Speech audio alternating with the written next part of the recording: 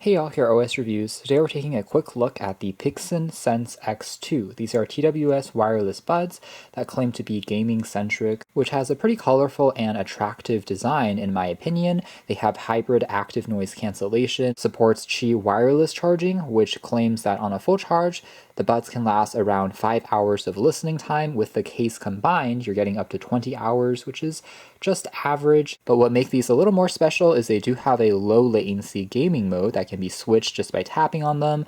In addition, there is a optional companion app. They are using 10mm composite drivers, which are a little bit larger than average, although these don't have Qualcomm's aptX built on in, so they are using just standard SBC and AAC audio codecs.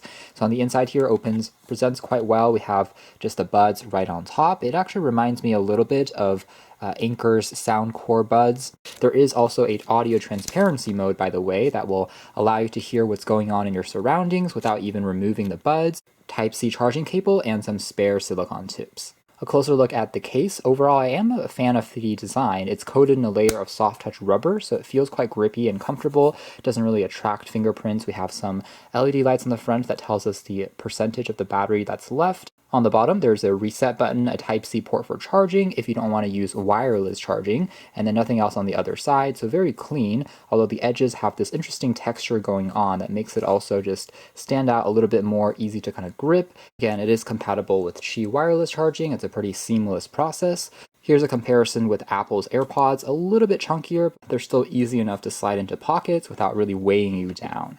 I really like the fact that on the inside we have this orange accent going on, which I think just makes it look a little bit more unique and distinctive, and the buds themselves instantly starts to pair with your device when the door is opened. They still look quite distinctive and attractive. The sliver here acts as the LED light for status like pairing and indication, and the overall material is still coated in a layer of soft touch rubber, which makes it grippy and comfortable to tap on for the touch controls, which were pretty sensitive in my testing so far, and they do feel quite comfortable in terms of the wearing experience is concerned. They certainly didn't feel loose. I could run around, jog, and move, and they still felt secure, which is good.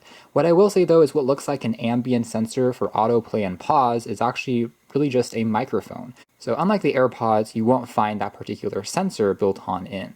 The Pixin Sense app has a pretty clean interface, and afterwards, when you are paired, you'll be able to then access additional controls, such as the ability to go through custom EQ settings, which will boost the trebles versus bass, that will boost the lower frequency, soft, and so on and so forth. So you have a few options which you can further tweak and play around with, including a custom, where you can change these sliders yourself. And the good news is this definitely makes a difference. Further down below here, we can also change and access what they claim as a surround sound level 1 and surround sound level 2. They do add a little bit more of immersiveness, especially if you're watching, I would say, a movie, though I wouldn't say it's quite as precise as spatial audio on iOS devices, which also uses head tracking, but on here it's more of just kind of a Dolby Atmos-like effect that is applied. Finally, we can turn the ANC on, off, or into the transparency mode manually just by using the controls here, and even with ANC you have a slider, but it's a little hard to actually press because of how tiny this button is, but you can make it stronger or weaker depending on your preferences, and you can even customize the controls. So for instance, tapping on touch,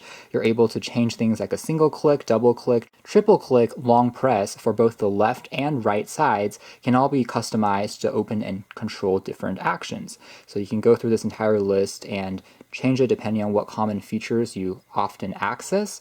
And then finally, you can also change between the gaming mode and the music mode at a single switch. It is worth mentioning that in the low latency gaming mode, for some reason, you do have access to the surround sound effects, which makes sense because it adds to the immersiveness. However, you no longer have access to some of the dedicated custom tuning modes for the sound profiles, although you can still obviously use ANC and the ambient transparency modes when in the gaming effect. So all in all, I would say this is actually a pretty fully feature-stacked app, from the ability to change the controls, change the sound signature, control ANC intensity. Pretty much all the features that I usually look for are found in the app, which is good.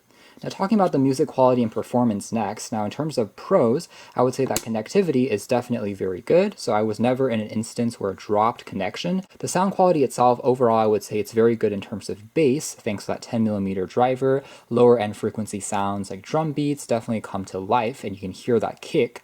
However, I would say that trebles and vocals can maybe still be refined a little bit, and while I wouldn't call them tinny necessarily, I do feel like they're missing a little bit of detail if you are comparing them with some of the more audiophile buds, along with some of the MIFO buds, but then again, those ones are much more geared towards exclusively music listening versus the Pixin buds having more of a focus on gaming and giving you that more immersion and that preference for lower end frequency. They're still enjoyable and good enough for listening to pop music, listening to rock music, anything that's a little bit more bass heavy, it sounds the best. So again, the added benefit here is you do have those EQ settings, and in the vocal boosted mode, you definitely are able to hear much more clearly the vocals.